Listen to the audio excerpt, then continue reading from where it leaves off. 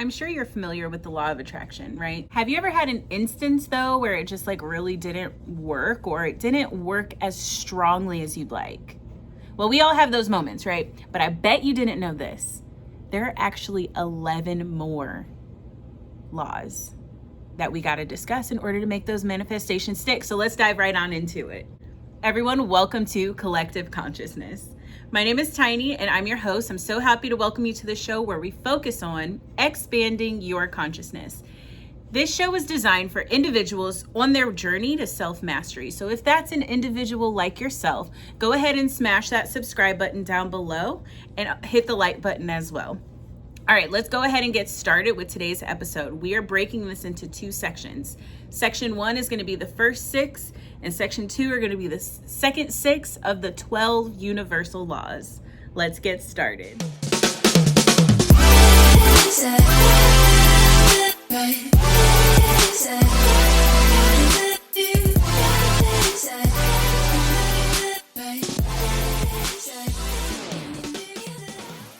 For those of you who are unaware what the 12 universal laws are, they are 12 laws of nature that everything in the universe abides by. Now, you can apply this on a microscopic level. You can also apply this on a macroscopic level.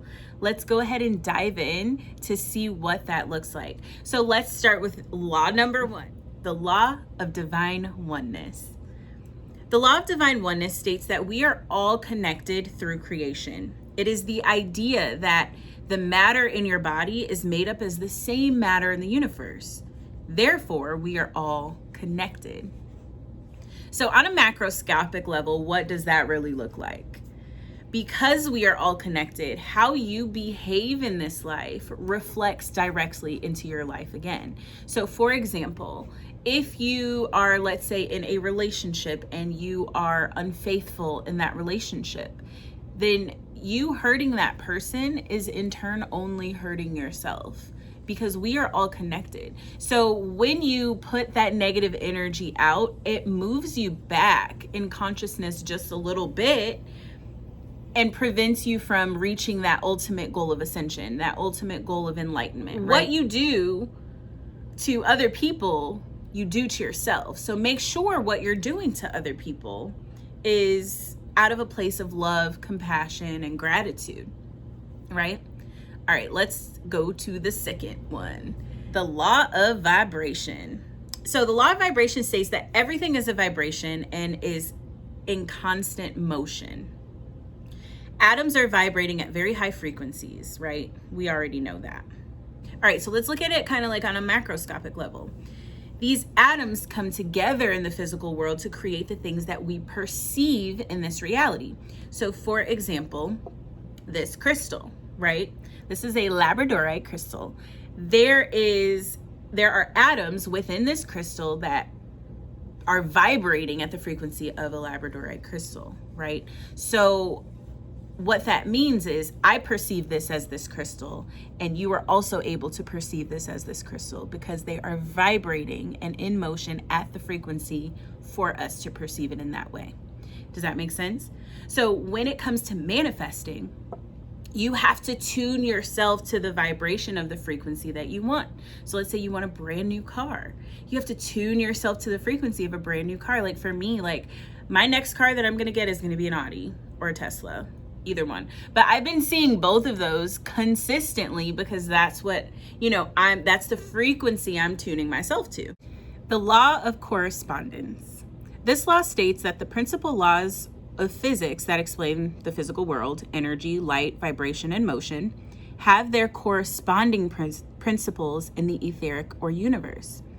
As above, so below. So if you have not heard that before, we're going to talk about a little bit what that means. As above, so below. So on a macroscopic level, right? They say that a tree grows as high as the roots reach deep, right? As above, so below. How things work here with us also work the same way in the universe. So let's take our bodies, for example. Within our bodies, we have atoms, right, which make up the cells.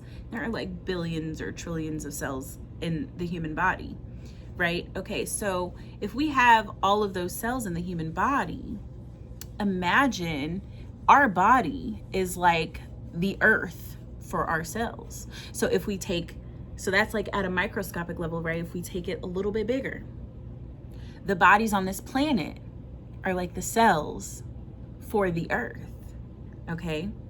The earth is like a cell for our galaxy. The galaxy is like a cell for the universe, okay? So it works in the same way. Does that make sense? Are we following what I'm saying here? Like, they all have their corresponding parts, but they behave in the same way to make the full functionality of the organism. In the Bible, which I just use as a frame of reference, honestly, but in the Bible, it states that God created heavens and the earth.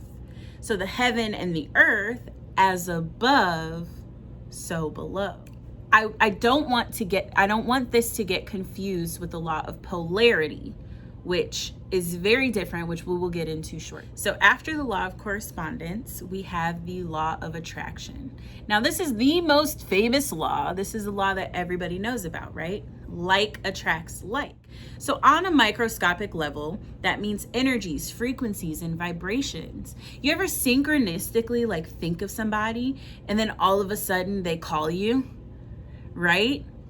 Yes, that is the law of attraction. You attracted that energy, right? Which is what incited the call. You matched their frequency. On a microscopic level, people have the same things. People that are into the same things gravitate towards each other. So this works for emotions too.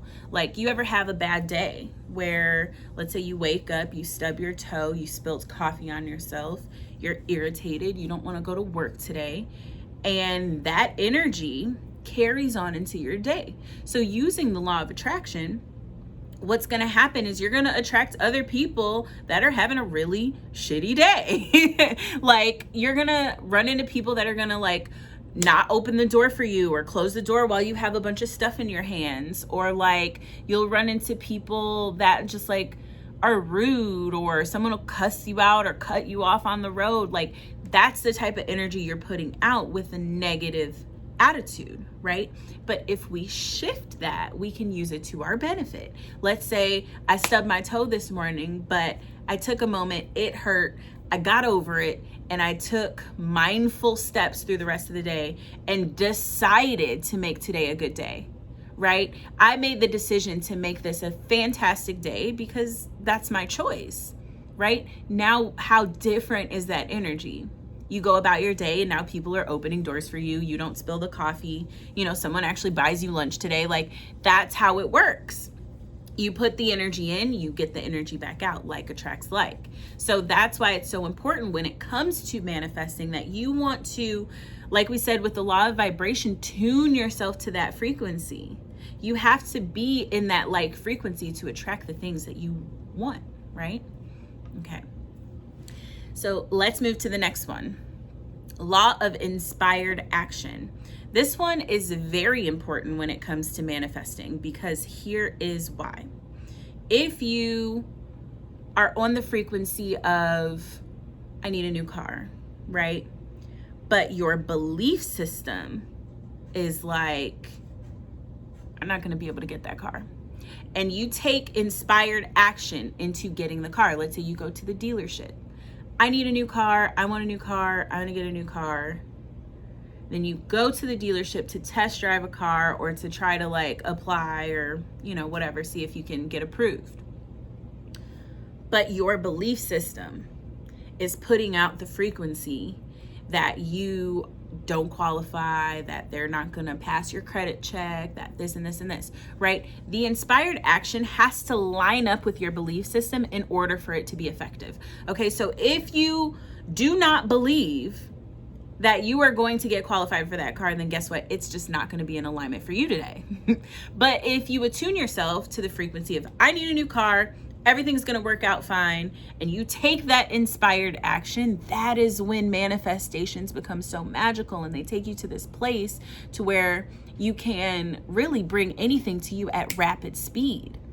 So the key here is the belief followed by the inspired action. Okay? And then the last one that we're going to cover for today is going to be the law of cause and effect.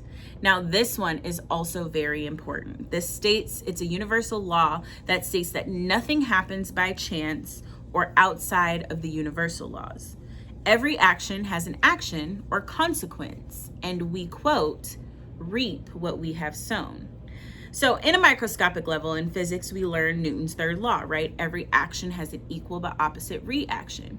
Now let's look at that on a macroscopic level. Okay, every action has an equal but opposite reaction. Let's talk about behavior. Let's talk about the last time you cussed somebody out. Okay, why did you do it? Was it an equal and opposite reaction? Or did you cuss somebody out and they had an equal opposite reaction to you? You get what I'm saying? Like, we have to apply this in our behavior in our everyday life and in psychology as well, and how other people respond to us.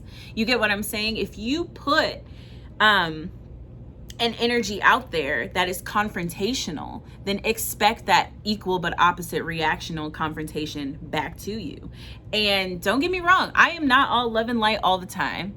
Okay, so there have been times where I lost my attitude and I got pissed off, and I might have said a couple of explicit vocabulary explicit words. You get what I mean? I'm trying to be all professional right now, but you know what I'm saying. We all have moments where somebody has pushed us a little bit too far and we had to kind of get it together. But that is because that is a natural law. That is why it is so innate in us to retaliate, to respond, because it is a universal law that every action has an equal but opposite reaction. So those are the first 6. And I want you to really realize how important it is to know these things, because when you are focusing on manifesting, you have to utilize all of your tools in your toolbox. You can't just rely on the law of attraction, but you don't understand the law of correspondence. You don't understand the law of vibration. You don't understand that when you put energy into something, it's gonna take time. You building up that momentum, you building up that energy, you utilizing the correspondence, that as above, so below. You're putting in the energy below so it can manifest above. Does that make sense? Like, you have to understand the law of vibration. Everything is in motion, right? Everything is vibrating at a certain frequency. If I tune myself to a certain frequency and I become in alignment with what it is I want to attract, then you can use the law of vibration, the law of attraction, the law of correspondence, use all of these in one, the law of oneness, the law of divine oneness. How powerful is that? How powerful would it be if everyone on this planet only knew that one law? We are all one. I am an extension of you. Until you can realize that, until you can look your enemy in the eye and see that they are an extension of you, then we have not yet ascended. We have not yet reached enlightenment. We have not yet evolved as a human race. So that is what the objective here is to evolve. Okay, so what I want you guys to do this week, I want you to really write these down. Write down the 12 universal laws and just see how they play out in your life this week. Focus on amplifying your manifestation abilities. Happy manifestations, everyone. I hope this was very helpful for you. Like I said, this is just part 1. We're going to break down to part 2 next week with the second 6 laws. Down below, I want you guys to let me know, how did it go for you? What are some things that you noticed? What are some things that you experienced this week? What are some things that you can think of just by watching this video? Also, I do have a website now. I just launched my website last week, so be sure to check out the Collective Consciousness website, www.collectiveco.info. The link is down below. All right, thanks so much, everyone. I will see you guys next week. Asè and Namaste.